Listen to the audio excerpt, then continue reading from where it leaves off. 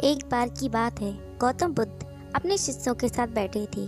उसी समय राजा अजातशत्रु वहां पहुंचे और बुद्ध से कहने लगे, हे बुद्ध, जब से मैं आपका शिष्य बना, हर कोई मेरा शोषण कर रहा है।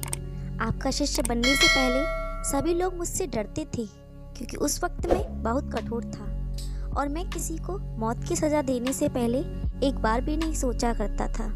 लेकिन आपका शिष्य बनने के बाद मेरा किसी को दंड देने का मन नहीं करता और ना ही मुझे गुस्सा आता है।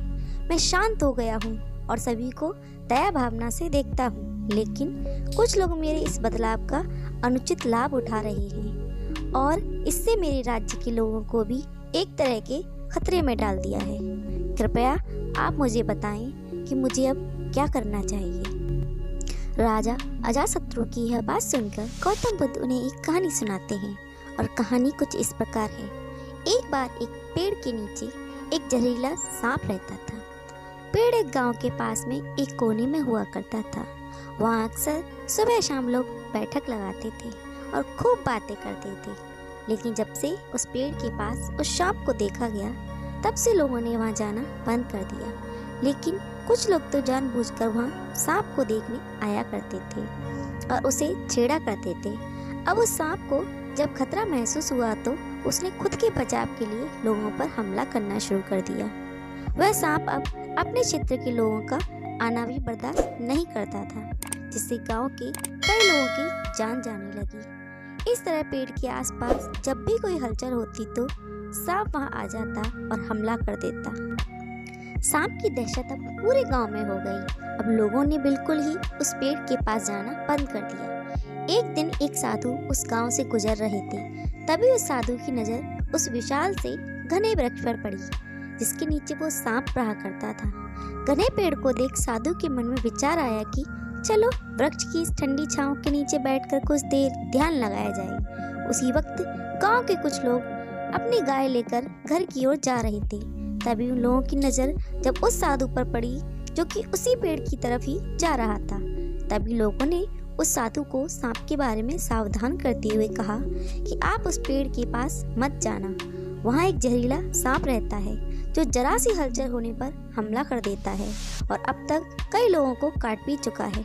लोगों की यह बातें सुनकर साधु मुस्कुराए और उस पेड़ की तरफ चल पड़े। जगह को थोड़ा साफ करके जैसे ही साधु ध्यान करने के लिए बैठे, तभी सांप हलचल सुनकर साधु के सामने आ पहुंचता है और फुंकारने लगता है। फुंकार की आवाज सुन साधु की आंख खुलती है और वह सांप को देखने लगते हैं। वह सांप की आंखों में देखते हुए एक मंत्र बोलते हैं और मुंह से फूंक मारते हैं। तभी चमत्कारी रूप से वो सांप साधु से बात करने लगा। अब दोनों एक दूसरे की भाषा को समझ सकते थे। सांप साधु से कहता है, हे मनुष्य, क्या तुम मुझसे नहीं डर रहे हो? क्या तुम नहीं जानते यह मेरा क्षेत्र है और यहाँ आने की किसी की हिम्मत नहीं है? साधु ने करुणा से कहा, मित्र, इसमें डरने की क्या बात है? मैं किसी चीज से नहीं डरता, क्योंकि जब मैं लोभ ही नहीं रखता तो मृत्यु से क्या डर। सांप साधु की यह बात सुनकर चौंक गया, क्योंकि सांप की इससे पहले ऐसे लोगों से मुलाकात हुई थी जो उसको मारना चाहते थे या उसके डर से भाग जाते थे, लेकिन वह ऐसे व्यक्ति से कभी नहीं मिला था जो उससे नहीं डरता। सांप साधु से इतना प्रभावित हुआ कि वह साधु के चरणों में गिर पड़ा और बोला, हे प्रभु, आप बिल्कुल सही कह रहे हैं। आज तक मैंने जो कुछ भी किया है अपनी जान बचाने के लिए किया है। अपने क्रोध के चलते ना जाने कितने निर्दोषों की जान भी ले ली। इसके बाद साधु सांप को बहुत सी बातें समझाकर वहां से चले गए। साधु की बात से प्रभावित होकर सांप ने निश्चय किया कि आज से वह किसी को नहीं काटेगा। वह अपने क्रोधी स्वभाव को त्याग देता है, दूसरों को काटना बंद कर देता है, लेकिन इसका नतीजा उल्टा निकलता है। जब लोगों ने देखा कि सांप ने लोगों को काटना बंद कर दिया है, तो लोग उसका फायदा उठाने लगे। जो उससे दूर भागते थे उसके पास आने लगे और सांप को परेशान करने लगे। बच्चे उस पर पत्थर फेंककर मारने लगे, जिससे सांप आए दिन हमेशा परेशान और घायल रहता था। वह बहुत दुखी था, क्योंकि वह अपने जीवन का सबसे कठिन समय बिता रहा था। एक बार वह साधु फिर से उस गांव में आए। वह उसी पेड़ के नीचे बैठ गए। तभी साधु की नज़र जब दयनीय हालत में पड़ी उस सांप पर पड़ी, तो साधु ने उस सांप से पूछा कि मित्र, तुम्हारी ये हालत कैसे हो गई?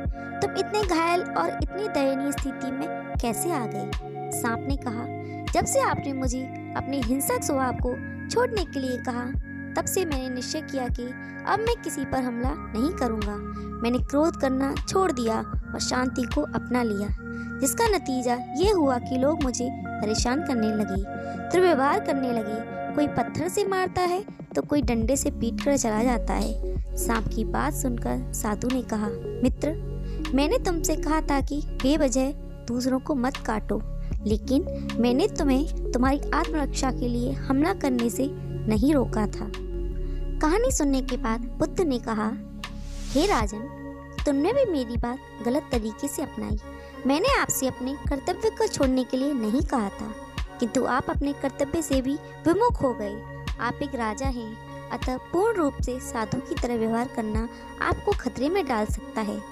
तुम्हें सिर्फ अंदर से साधु की तरह रहना था और बाहर से राजा की तरह, ताकि जरूरत पड़ने पर खुद की प्रजा की और राज्य की रक्षा कर सकूं। दोस्तों, बिल्कुल ऐसे ही जंगल में होता है।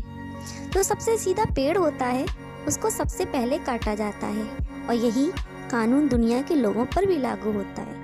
अच्छे भोले लोगों का खूब फायदा उठाया जाता है। अच्छे लोगों को जिंदगी में अनेकों दुखों का सामना करना पड़ता है, इसलिए कभी किसी को अपना फायदा मत उठाने दो। लोगों को उनकी मर्यादा में रखने के लिए खुद को परिस्थिति के अनुसार बदलना सीख जाइए, अन्यथा आपका हाल भी उस राजा व सांप की तरह हो जाएगा। दोस्तों, अगर कहानी पसंद आई हो तो वीडियो को लाइक करें, दोस्तों में शेयर करें और चैनल को सब्सक्राइब करना ना भूलें। धन्यवाद।